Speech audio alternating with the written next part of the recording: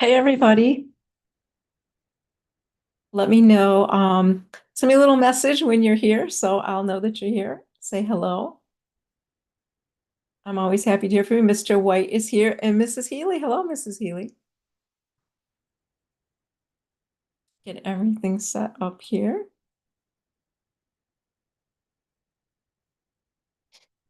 Not sure why I'm looking so pink tonight. Hello, Hannah in Michigan. I'm using the same lights, but I am using a different makeup, which is interesting. Oh, Mr. Snyder, hi. Mr. Davis, hello. Yeah, very interesting. I've gone back to using, for those of you who've been with Mrs. Q since I started back in 2020, I used to use a very nice makeup that has since been discontinued. It was my favorite, and I found a couple bottles out there in the universe and ordered them. And I really love this makeup, but under these lights, I'm a little pinker than usual. So I have to adjust the lights to accommodate this new old makeup, but I think it looks really nice. Miss Quellers is here from Pennsylvania. Hannah says she hopes everyone is having a great night. I hope you're all having a great night too, even though tonight's subject is a rather heavy-hearted one. Well, maybe depending on which side you're on. Ms. Kane is here. Hello. If you don't know already, if you are in the northeastern Pennsylvania, New Jersey area, this weekend, I will be with my reenactment unit, which Mr. Snyder is a part of, although he can't make it this weekend, the 24th Connecticut Militia Regiment, and we will be at Hillside Farms in Shavertown, and we'll be there Saturday and Sunday from noon to 5 Saturday, noon to 4 Sunday, and the ladies of the 24th will be doing a Revolutionary War era dress up for ladies attending. So we will have a table with lots of different clothes, wigs, bonnets, all sorts of clothing that people can try on and see how they would look in the 18th century. So if you're in the area, please come over and see us. If you're a lady, you might want to dress up with us. I will be dressed up, of course, and one of the other ladies in the unit will be joining me, helping people try on different types of 18th century clothes. And I will be doing a dressing demonstration myself. I'm going to start out the day dressed like a servant, and then midday, I'm going to change into a fine lady. So please come by and see us if you can. We have Sparrowhawk 76. It's so great to have you here. Ms. Coiler says, I don't look too pink, very natural. Oh, so maybe that's just my own monitor here that's making me look pink. Thank you, because this is supposed to be a neutral beige color that matches my skin very well. Yes, tonight's story is a tragic one, Sparrowhawk. Mr. Tulloch is here. Good evening, Mrs. Q. Are you acquainted with John Hancock of the Massachusetts colony? I just started King Hancock, and he seems like a fascinating gentleman. You know, I don't know that much about Mr. Hancock, except that he also was a merchant, a very successful one, I believe. I do know more about Mrs. Warren, as you might expect that I might.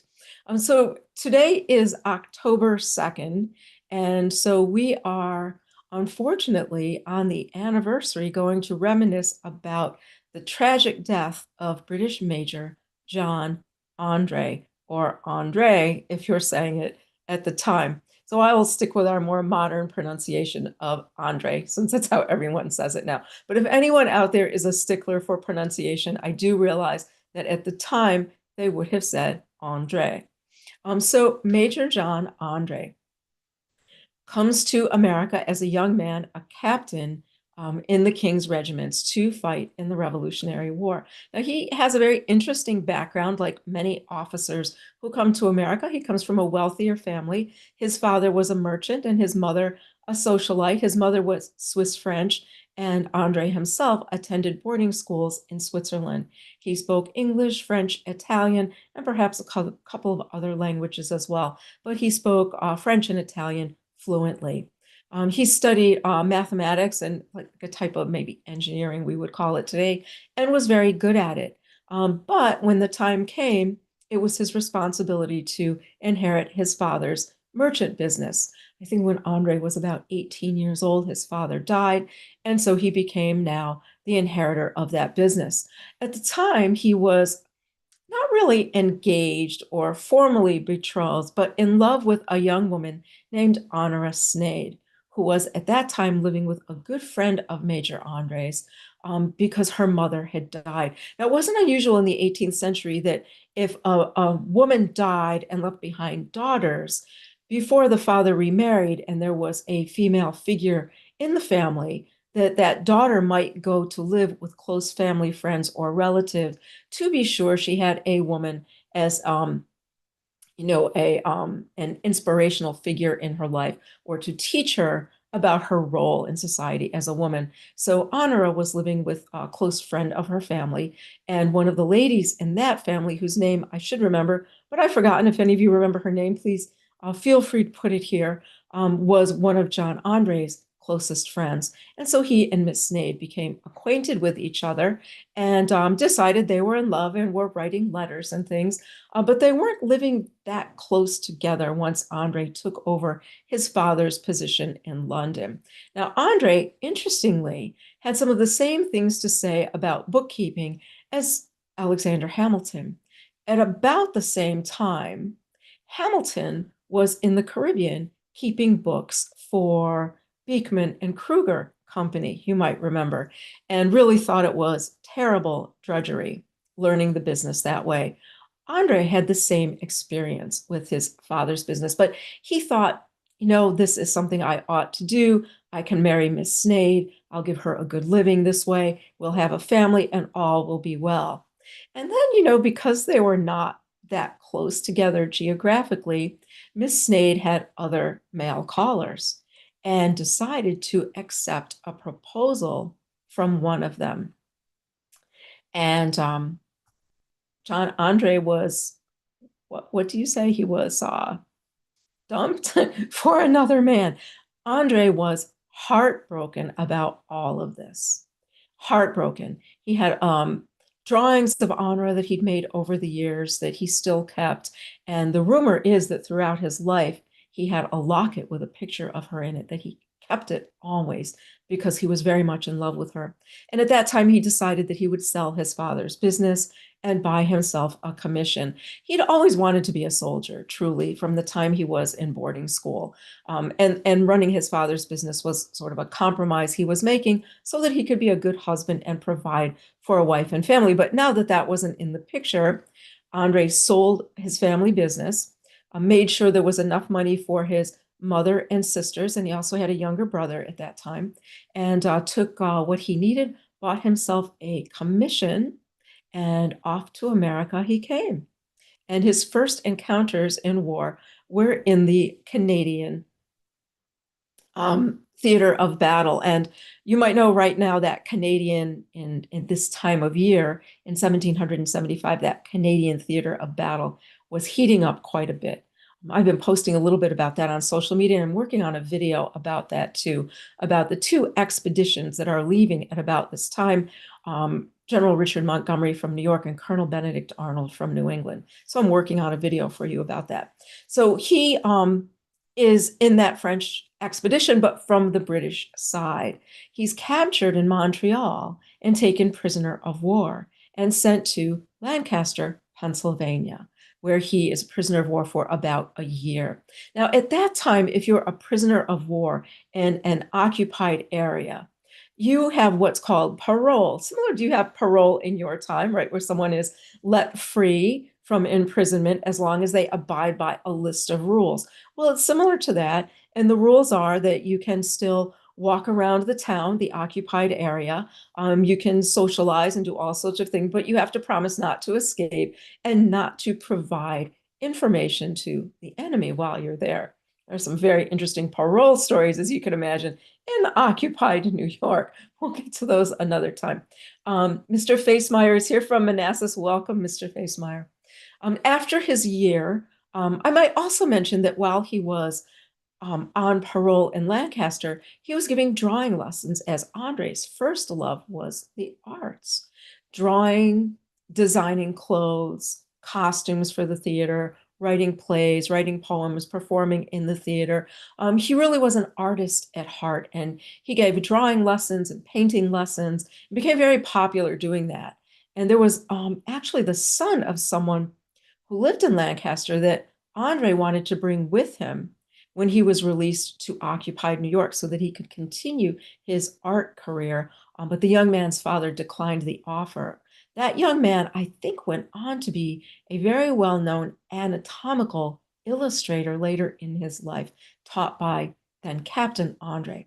So André is released after a year, and now he comes to New York, occupied New York. He joins the forces at New York, where he'll stay for a time until General Howe moves his army to Philadelphia. Right? General Howe is going to go down to Philadelphia in an effort to capture the Continental Congress. The Congress escapes, but General Howe occupies Philadelphia for about another year.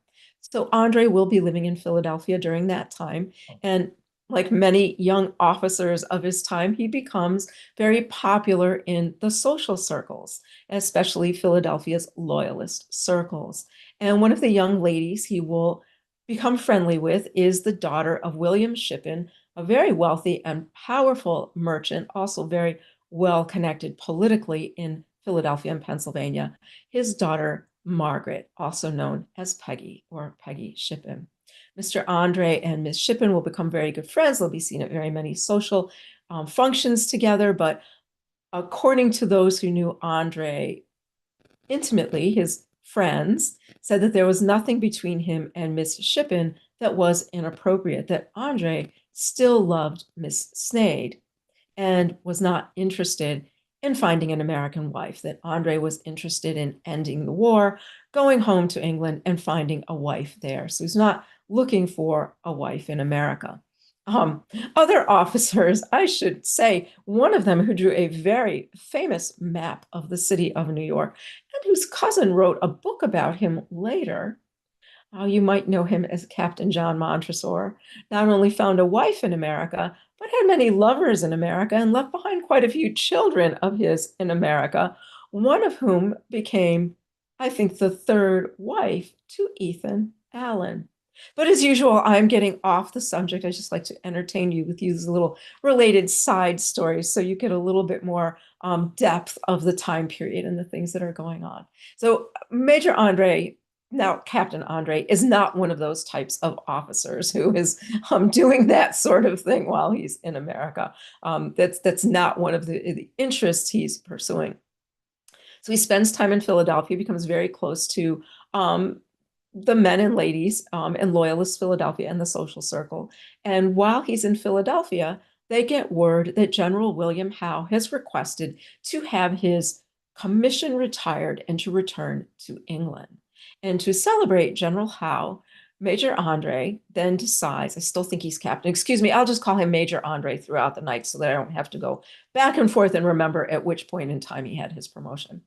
So Major André at that time decides to throw a going away party for General Howe, and that is known as the Meschianza. And you might know about that. It's one of the largest parties, I think, held on the American continent until that time.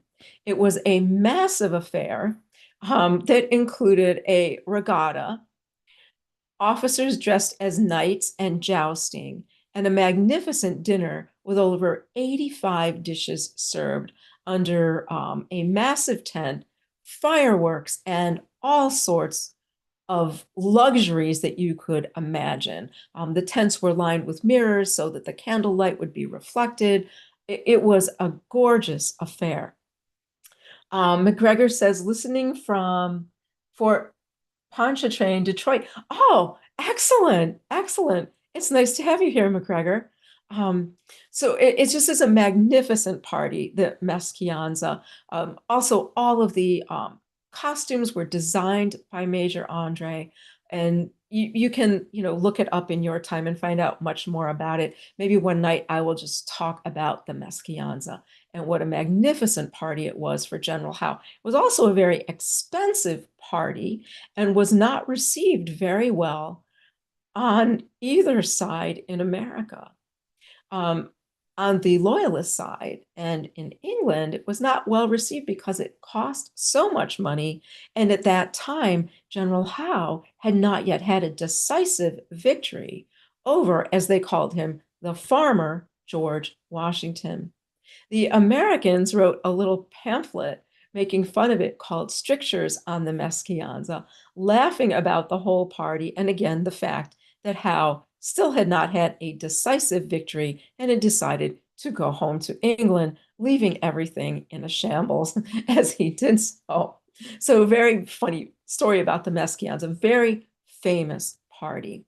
Well, as you know, the British do withdraw from Philadelphia and return to New York. They have another party for General Howe in New York, and off he goes to England, and he's done with his service in America.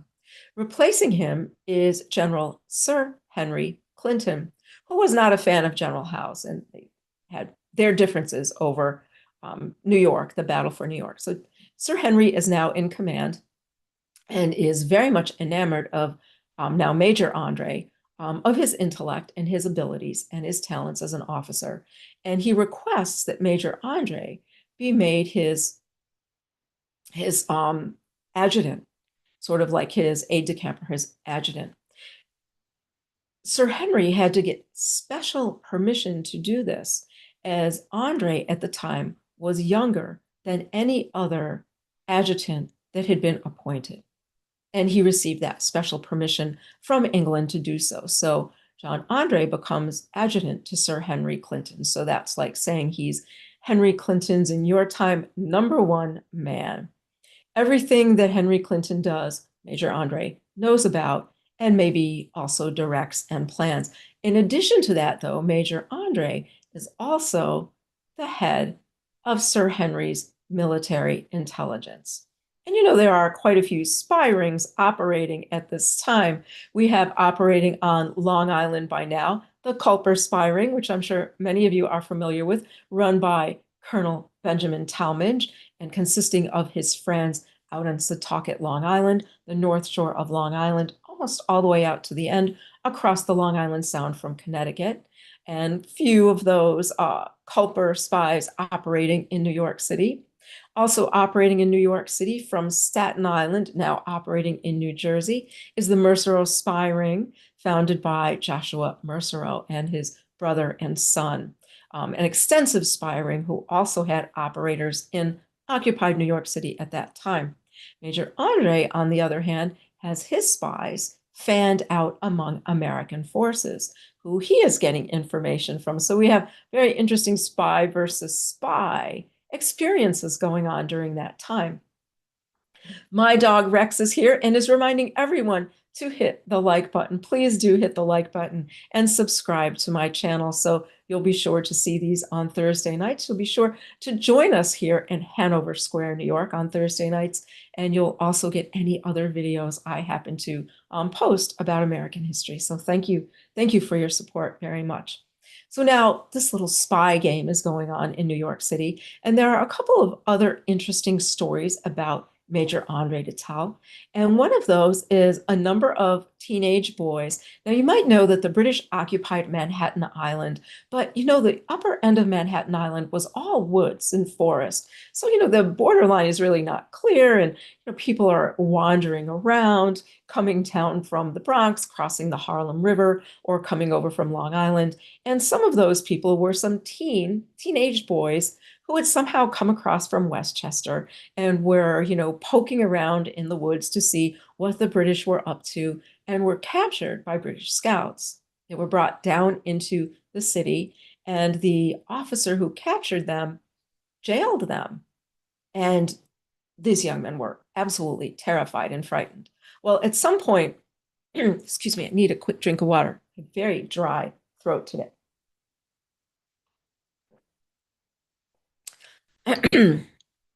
Well, at some point, Major André came to know about these three boys and spoke to them, and also spoke to the jailer.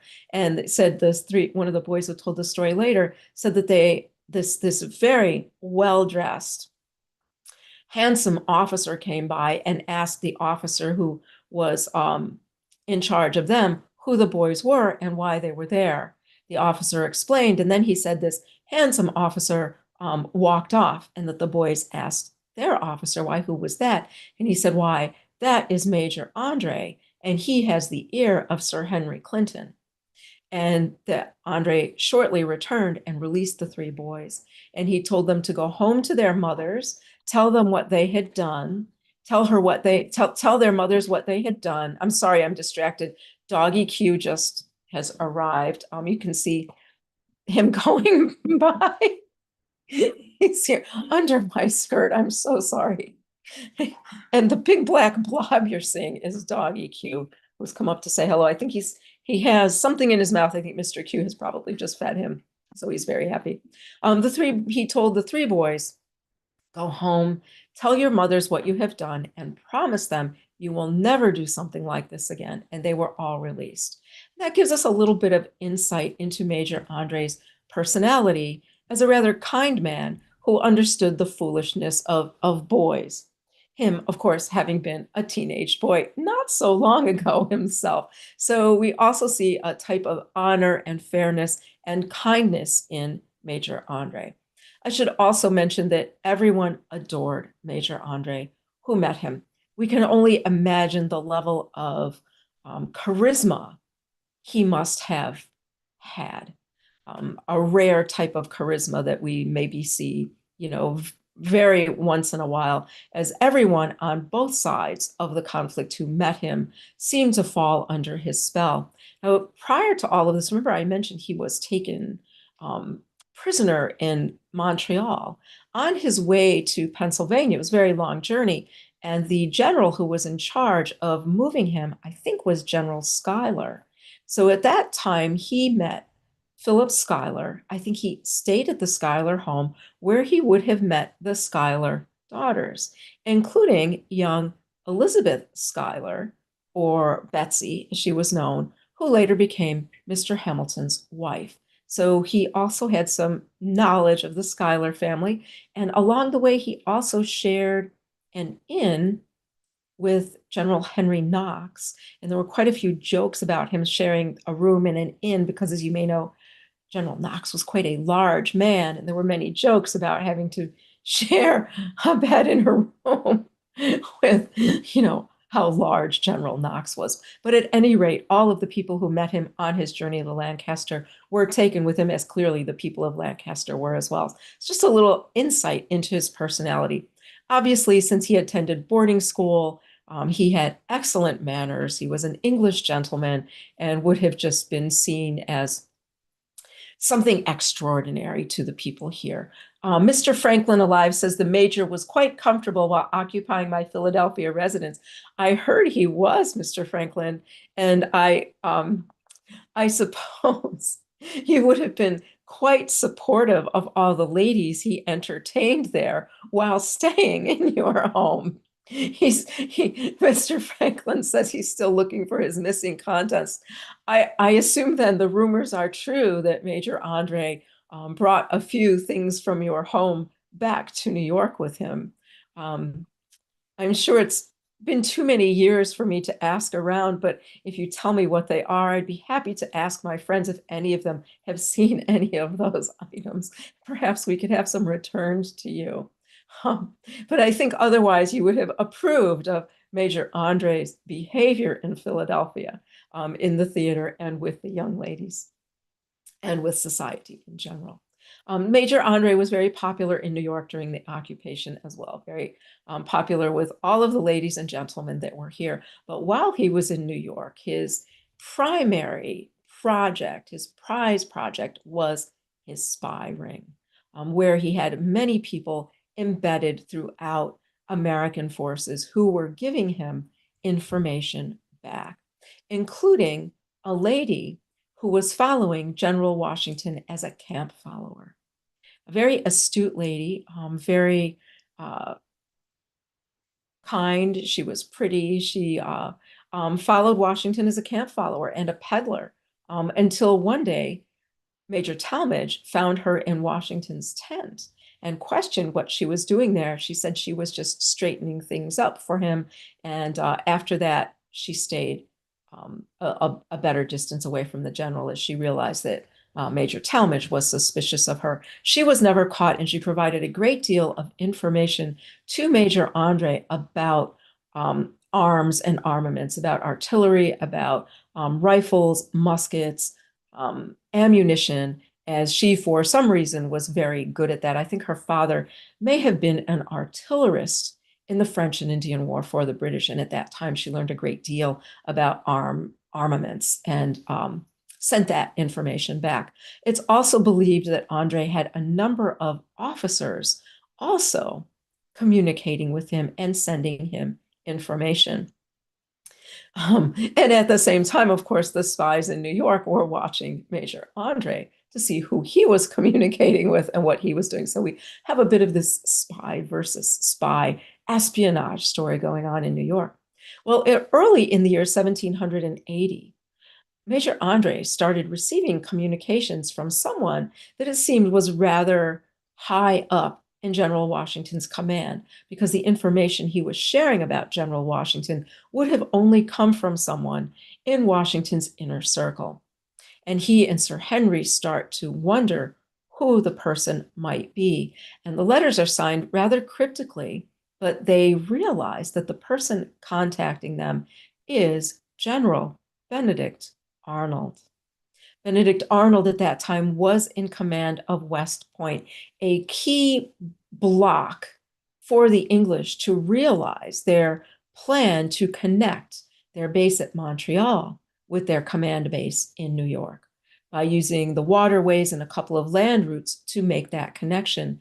Unfortunately, that plan was stopped in 1776 by the same Benedict Arnold when he fought the Battle of Valcour Island and Lake Champlain, holding off the British long enough, and I think that was, I'm not sure if that was Guy Carleton or John Burgoyne, but one of those generals held them off long enough, delayed them long enough, so that the Americans could fortify the Hudson River and specifically take possession of West Point, which the Americans held from 1776 through the end of the war, preventing the English from making that connection north from New York and south from Montreal. Their idea was to make that connection in order to cut off the New England colonies from the rest of the colonies.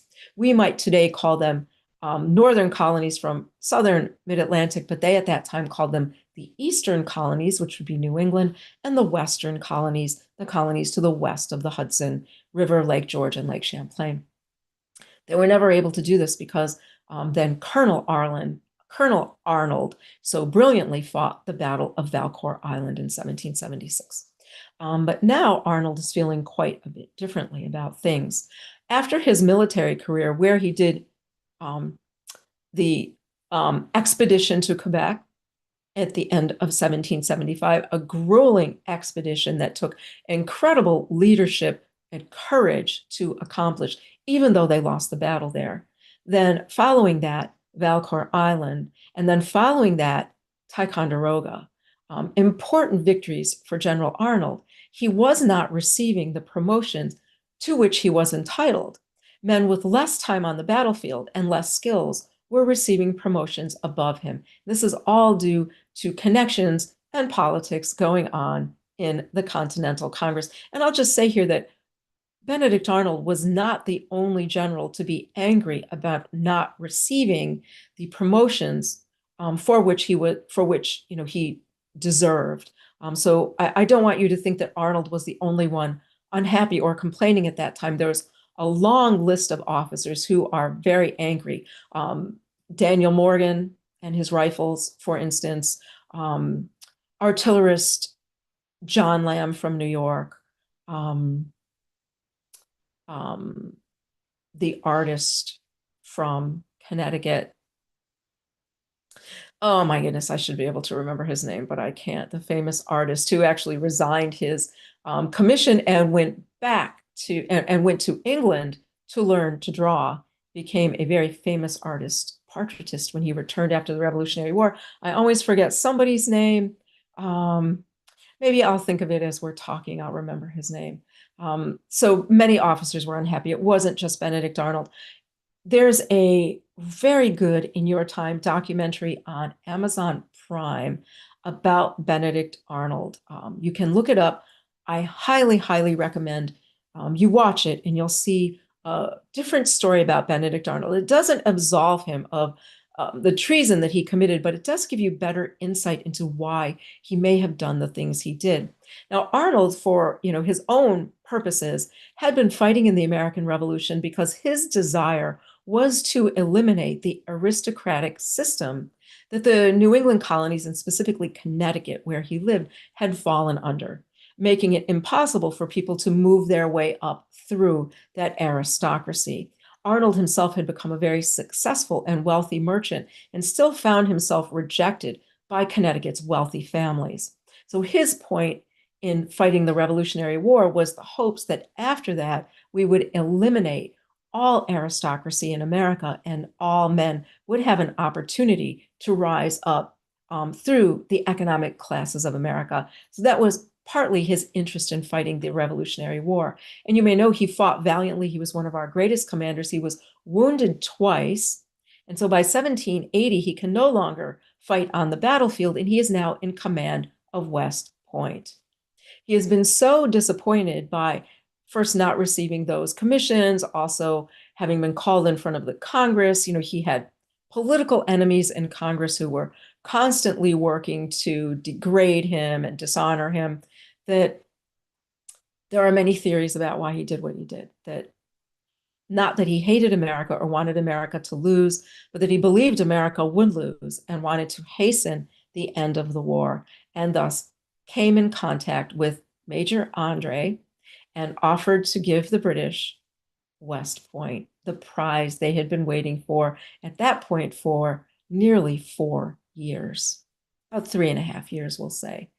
And he was prepared to give them the layout of West Point, where the troops would be stationed, where the stores were, everything so that they could attack West Point and take it. The only thing was, before he would agree to do that, they also agreed on a sum of money, which I think was quite large, that I think Sir Henry balked at initially, but then decided that the cost would be worth it if it worked out as planned. The only problem is that Arnold will not seal the deal, as you would say, unless he says someone of equal authority goes up from occupied New York and meets him somewhere in the Hudson Valley to shake hands and look in his eye and guarantee the deal will happen. And of course, that is going to be Major André who decides to do this. Now, Sir Henry is not immediately enamored of this idea and thinks he should send another officer.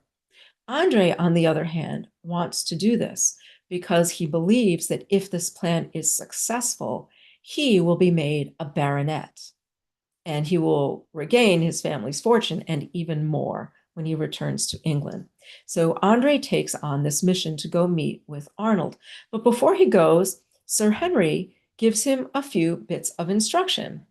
They're to meet on a ship called the Vulture. Sir Henry tells him, do not leave the ship for any reason.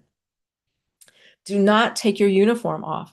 Make sure you are always in regimentals.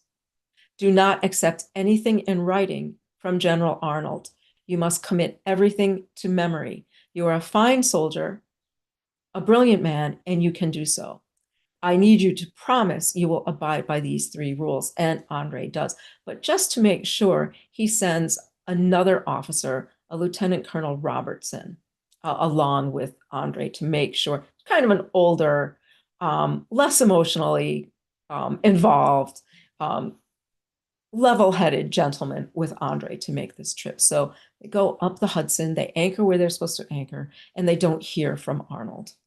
And Robertson says, okay, we turn around and we go home. And André says, no, let's wait one more day. André wrote a letter to Sir Henry telling him they were delaying a day because André had a stomach virus. So he says he's sick and he can't return. Well, they'll leave the next day. And the next day they do get a message from Arnold. And they get a message that Arnold would like to meet André at an intermediary's home in Haverstraw, New York. And Robertson says no. He tells André, you cannot leave the ship. And he tells André, and if you do leave the ship, I have no responsibility for what happens to you. and André agrees to go. General Arnold sent a couple of gentlemen to retrieve Major André. Major André goes off with them, and they meet in the home of a man named Joshua Hett Smith. Joshua Hett Smith's brother, William Smith Jr., at this point is a very controversial figure in occupied New York City. So there are a lot of interesting characters involved in this story. William Smith Jr. is controversial because for most of his life, he was a law partner to William Livingston and John Moran Scott, known as the Whig or New York Triumvirate, and had been known for arguing cases against the crown successfully. They'd been known as very radical lawyers against the crown. And he was also married to a Livingston, and the Livingstons were a rebel family, one of the largest, most powerful rebel families in the New York, New Jersey area. But when it came time to separate from England, he didn't agree. He said that all that he had done as a lawyer, I think you can see Mr. Q behind me because my green screen just moved. Is that what you're trying to tell me, Mr. Q? Mm-hmm. Oh, I was so busy talking, I didn't realize that Doggy Q moved my green screen. So you all got to see Mr. Q for a moment tonight. And now since I moved, my camera is out of focus. What a night. I'm telling such a great story. And so many things are, to get my camera to refocus, I just have to stop the video and start it again just for a moment. And I'll be back in focus. I'm sorry about that. So William Smith is a very controversial figure because when it came time to separate from England, he said no, he didn't agree with that all he had done in the past in the legal profession was to try to perfect the relationship between England and the colonies, and he refused to support independence. Eventually, Washington ordered that William Smith be arrested and turned over to General William Howe in occupied New York City. And incredibly, the officer sent to do that was a young major named Aaron Burr, who said it was quite a disturbing mission for him because as he was studying law himself, he'd always looked up to William Smith Jr. So William Smith at this time is living in occupied New York, and really no one quite trusts him, right? The English don't completely trust him, and the Americans don't completely trust him either. And this is his brother's house at which André and Arnold are meeting in Hammerstraw. So they meet, and Arnold has all kinds of papers with him. He's showing André the layout of the fort, where everything is, the best way to approach the fort and attack the fort, and it gets dark. And they're unable to continue their conversation. So they spend the night at Smith's home.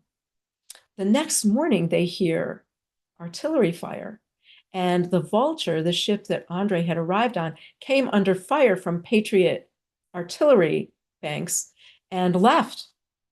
They left. So André is now there with no, we would say, ride home down the Hudson. So they finish their discussion.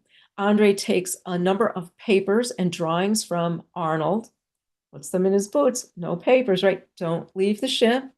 Don't accept any papers. And then he breaks the third promise. Make sure you are always wearing your uniform. He puts on civilian clothes to more safely travel through the very dangerous area of the Hudson Valley. And they part ways. And you might know the rest of the story here. Major André is captured on his way back to New York City. And at first, there's a great deal of confusion over who this well-dressed, semi-well-dressed gentleman is. He's not that well-dressed, but he has a few things that are very expensive, like his boots and a couple other things. He also has powdered hair. Regular gentlemen didn't have powdered hair, so very powdered hair, and he seemed to be very meticulous about his appearance. So there was some confusion about who he was and what he was doing there.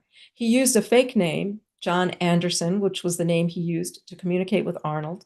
And he also had a pass from Arnold saying, "This is John Anderson, with whom I have been conducting business. Please allow him safe passage back to New York." Signed General Benedict Arnold.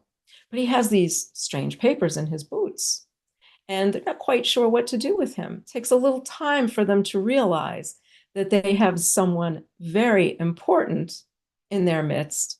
And it does come about eventually that the gentleman they have is Sir Henry's adjutant, Major John André. Well, right about the time they realize they have Major John André, word gets to General Washington that Benedict Arnold is a traitor. And it isn't just in any place that Washington receives this word, it's at Arnold's home after Arnold has got news that André has been captured and flees, leaving his wife and baby behind. And then shortly after, Washington receives word that Arnold was a traitor and André has been captured. So crazy story, isn't it? So Washington is just beside himself that Arnold has committed this treason. Arnold gets away. He escapes down into occupied New York. Washington, of course, lets his wife go. Who is his wife? Peggy Shippen Arnold. Miss Shippen has married General Arnold. She is the young mother who's left behind. He allows her, of course, to travel to New York because no one would punish ladies for their husbands, activities. And she's released and allowed to go back to New York. But now they have a question of what was Major André doing and what do we do with him? And after a few days of moving Major André around at different places, he winds up near Washington's headquarters in Tappan, or if you're a stickler for pronunciation, Tappan, if you like that better, New York, where he is held prisoner. Washington calls a court martial of a number of his highest ranking generals, officers, to sit in judgment of Major André. André, in the meantime, has written a couple of letters to Washington. By the way, let's mention here that Washington will never, ever be in the presence of Major André. He leaves the responsibility of watching out for André to Benjamin Talmadge, his enemy spy master.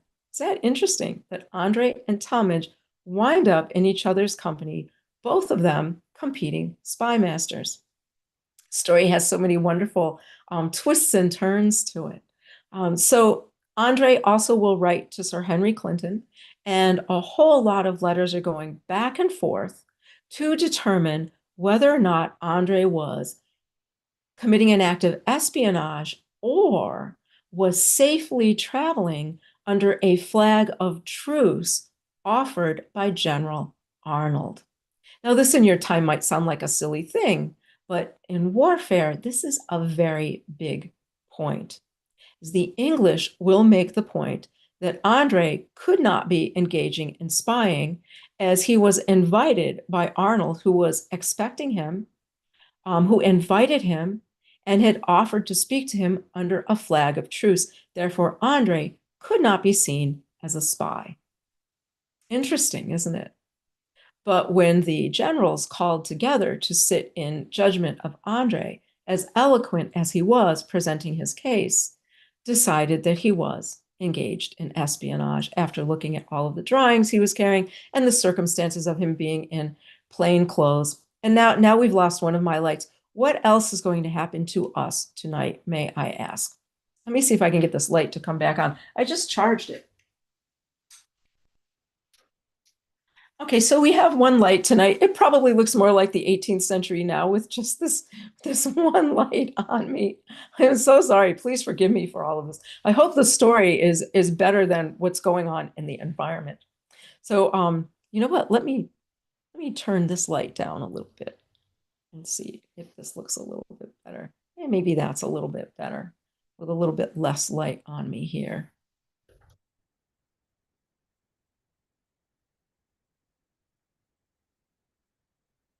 Maybe that's a little bit better. So André is found guilty of spying, and he is sentenced to death. Very sad, isn't he? He's sentenced to death. And he writes back to Sir Henry Clinton that he's been sentenced to death. Interestingly, that at that court-martial was General Lafayette from France.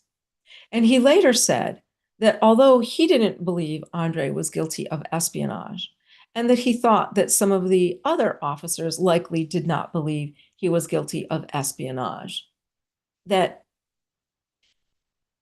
they did it because of Nathan Hale.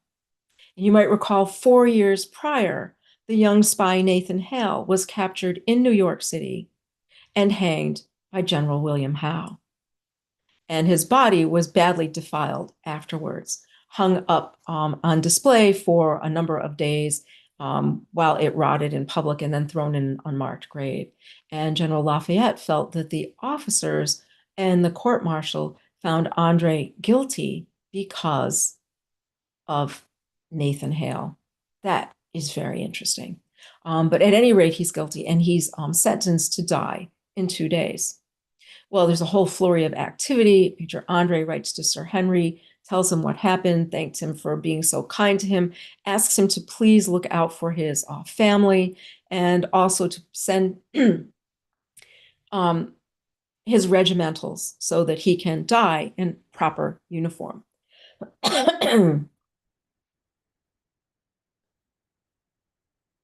André also asks the Americans to execute him by firing squad, which he says is his right as an officer, by firing squad. Well, André's execution will be delayed 1 day. He was sentenced to die on October 1st. It was delayed 1 day so that General Washington and Sir Henry could have intermediaries meet and discuss a possible deal.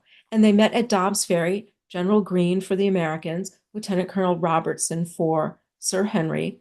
And it was discussed, and General Greene made it clear that they would like to make a deal, that they had no interest in killing André for no reason, but that the spying had to have a consequence. And that they thought that if they were to give him André to take back with him then, that they would receive Arnold in return. And one version of the story says that Robertson had a letter from Arnold to General Washington that he handed to General Greene. General Greene read the letter, became disgusted, threw it on the floor, turned, and walked out of the room. And that sealed Major André's execution the next day, October 2nd at noon. Although the next day, Lieutenant Colonel Robertson did write another letter to General Washington, but there was no new information in this letter or no new offer. And on October 2nd at noon, Major André was escorted to his place of execution, where he found that he was not going to die by firing squad, but he was to die like a common spy by hanging. Very sad. And on his way to the gallows, he thanked Major Talmadge for being so kind to him. Major Talmadge at one point said, later in life, he said that had he and André met under different circumstances, they would have been the best of friends, as they were close in age and also shared many of the same interests and the same type of education. And that it was very sad that this was the end to come about. But he did say he felt that the conclusion of this story was a proper one. And André said his final words. He said he wanted to be remembered that he died bravely like an officer. He tied his own blindfold, put his hands behind his back, and was executed. Many of the officers present at the time wept at his death. Talmadge said that it was one of the hardest things he experienced in his years in the American Revolution. André, unlike Hale, was buried in his uniform and a proper burial in Tappan, New York. Later, his body, I think it was at the time of the presidency of James Madison, the British requested his body be returned to England. President Madison granted that request, and Major André is buried in your time in Westminster Abbey. And that is the sad story of how John André, on this day in 1780, only 30 years old, thousands of miles away from the people he knew and loved, met his death. So if you have any questions or comments, please add them. And again, I'm sorry of the mishaps, the moved green screen, the light going off, but hey, this is live stream. These things happen. Maybe one night I should do this by candlelight and we'll see, how 18th century we can make it look, how authentically 18th century we can make it look.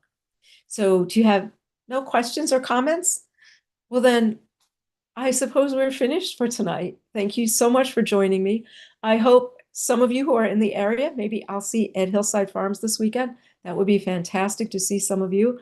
Otherwise, I will see you back here next Thursday at Hanover Square, Was Peggy present at his execution? No, she was not. She was in New York City with her husband, General Arnold. I know that that Turn, the TV series, depicts Peggy at his execution, but she was not there. She was with her husband in New York. Miss Silver says, thank you again, Mrs. Q. Great story as always. Thank you, Miss Silver. Thank you, Mr. Tulloch, for the compliment. Thank all of you for joining me. Oh, and before I forget, you can check out my Patreon. I am Mrs. Q History on Patreon, and you can check out some of the things you can do there to support my work, including supporting my work here. Mr. White says, always nice to have a refresher course.